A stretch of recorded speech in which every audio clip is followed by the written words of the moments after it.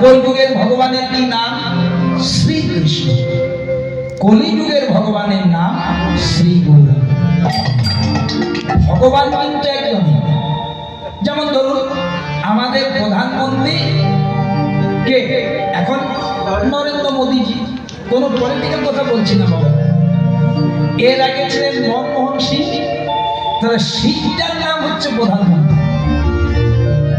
সিংটার নাম প্রধানমন্ত্রী, মানে যে ওই সিটটাতে বসবেন, ধরুন ওই সিটটা যদি ভাগ্য করে আপনি বসেন তো আপনি প্রধানমন্ত্রী। চেয়ারটার নাম প্রধানমন্ত্রী, ওই সিটে যে বসবেন সে প্রধানমন্ত্রী। ঠিক তেমনি চেয়ারটার নাম ভগবান। নারায়ণ বসেছে নারায়ণ ভগবান, রামচন্দ্র বসেছে রাম ভগবান, কৃষ্ণ বসেছে কৃষ্ণ ভগবান, গৌর বসেছে গৌর ভগবান। আর আমার মাদেরকে একটু সহজ করে দিই। আমার মামা বাড়ি আসানসোলে। আমার মায়ের বাপের বাড়ি কোথায় হবে? তবে কোথায় হবে গো বাপের ঘর? আমার মায়ের মামা ঘর। আমার যদি মামা ঘর আসানসোলে হয়, মায়ের বাপের ঘর কোথায় হবে? আসানসোলে। আর বাবার শ্বশুর বাড়ি কোথায় হবে? আসানসোলে। তাহলে মা গেলেন বাপের বাড়ি, বাবা গেলেন শ্বশুর বাড়ি, আমি গেলাম মামা বাড়ি। দেখুন আলাদা আলাদা নাম বলছে। কেউ বলে মামা ঘর, কেউ বলে শ্বশুর ঘর, কেউ বলে বাপের ঘর। জায়গা নারায়ণই বলুন, কৃষ্ণই বলুন, রাম বলুন, গৌর বলুন, তারা ভগবান হয়েছে। তাই পদকর্তা মহাজন বলছেন কলিকালে যিনি ভগবান হইলেন তার নাম গৌরাঙ্গ সুন্দর। পদকর্তা মহাজন কলম নিচ্ছেন, তোরা দেখে যাবে সবাই মিলে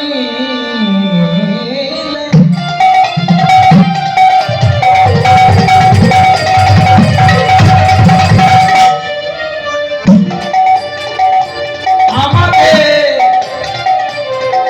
ঘোড়া চলে।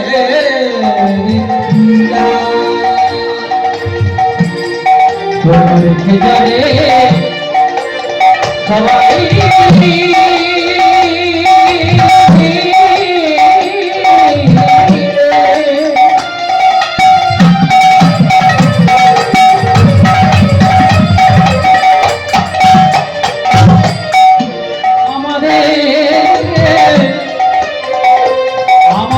গোরা চাঁদের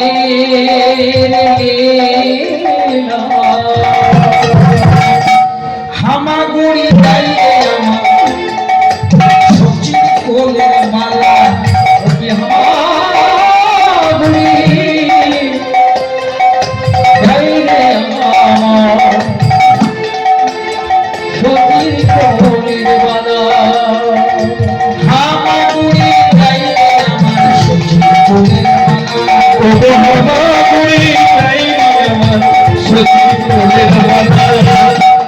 আরেকটা জিনিস মন দিয়ে শুনতে হবে। কলিযুগে গৌরহরি জন্মগ্রহণ করেছিলেন কোথায় বাবা? জায়গাটা হচ্ছে নদিয়া জেলা, জায়গাটার নাম হচ্ছে নবদ্বীপ। খুব মন দিয়ে শুনবেন, নবদ্বীপ।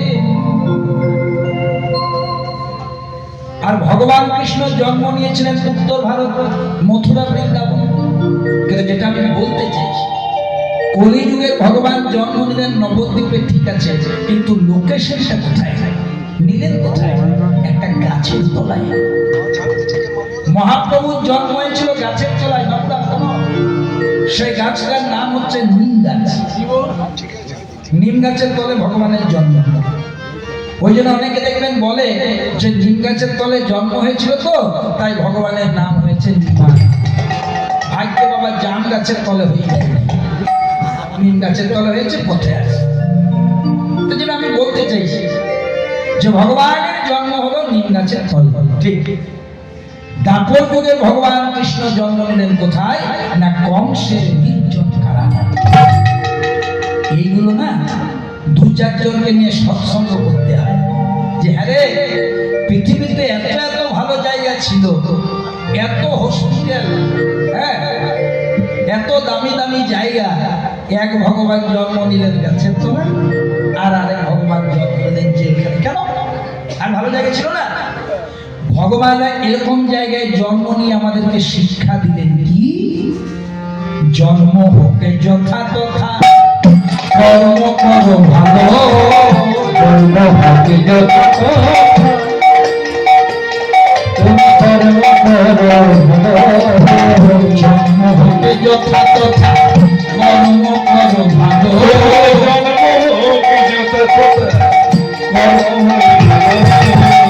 কর্মতে মানুষে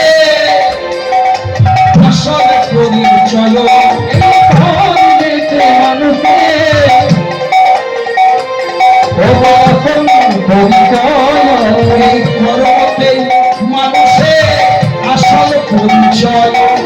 কর্মতে মানুষে আসল পরিচয়, সময় থাকতে সময় থাকতে সময় থাকতে সময় থাকতে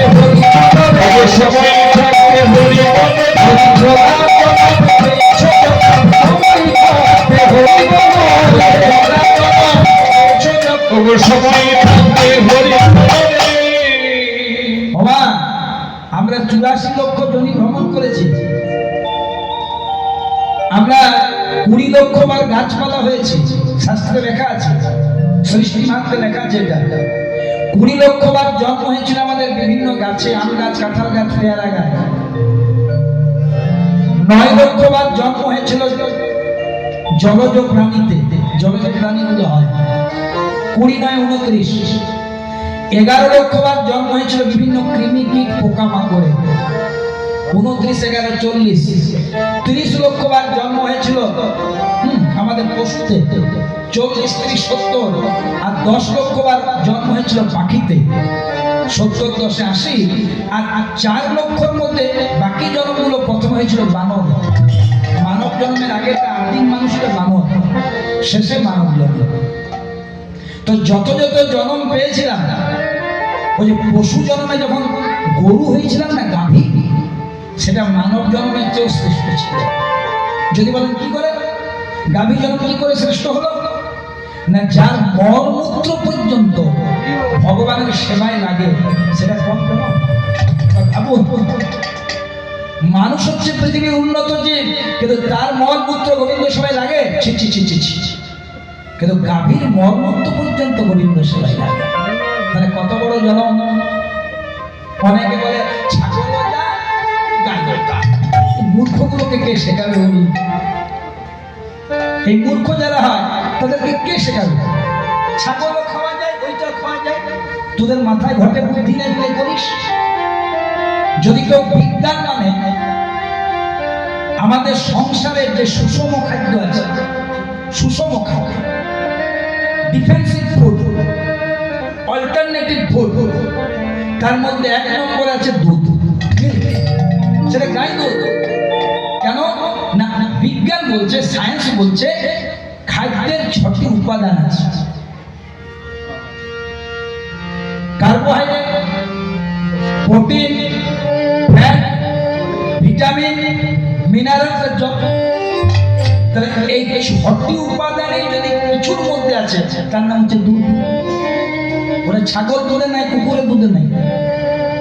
ছাগলও যদি এক, অনেকে বলে, আর গাইও এক, আর কুকুরও এক, তাহলে গাই দুধে চা না খেয়ে তো কুকুরের দুধে খাওয়া দাও।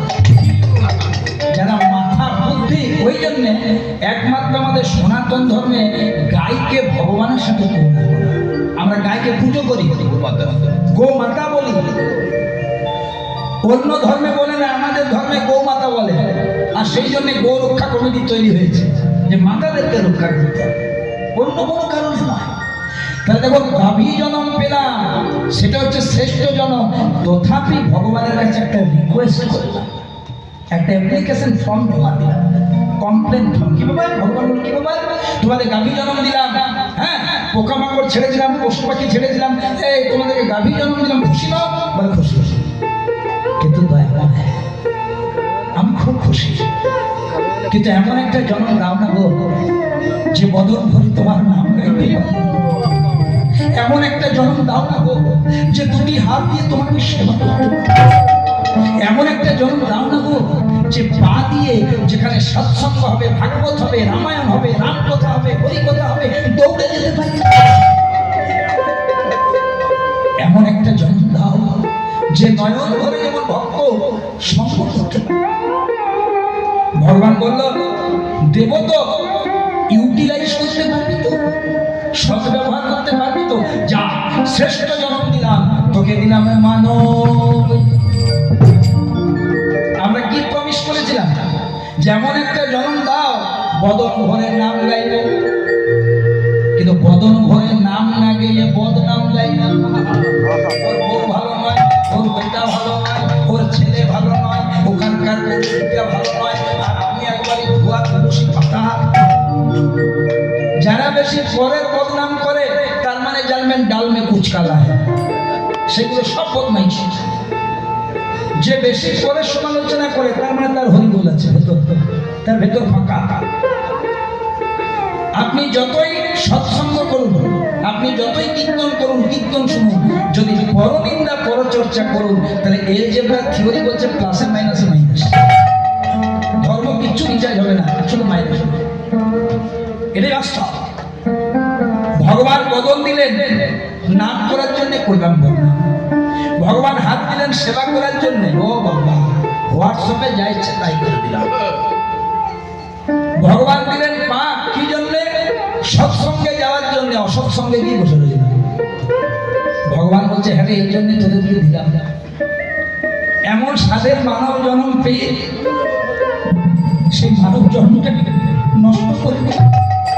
কিন্তু মানুষের আফসোস হয় বাবা, बचपन में खेल खेल में भरी जवानी तो मस्त रहा,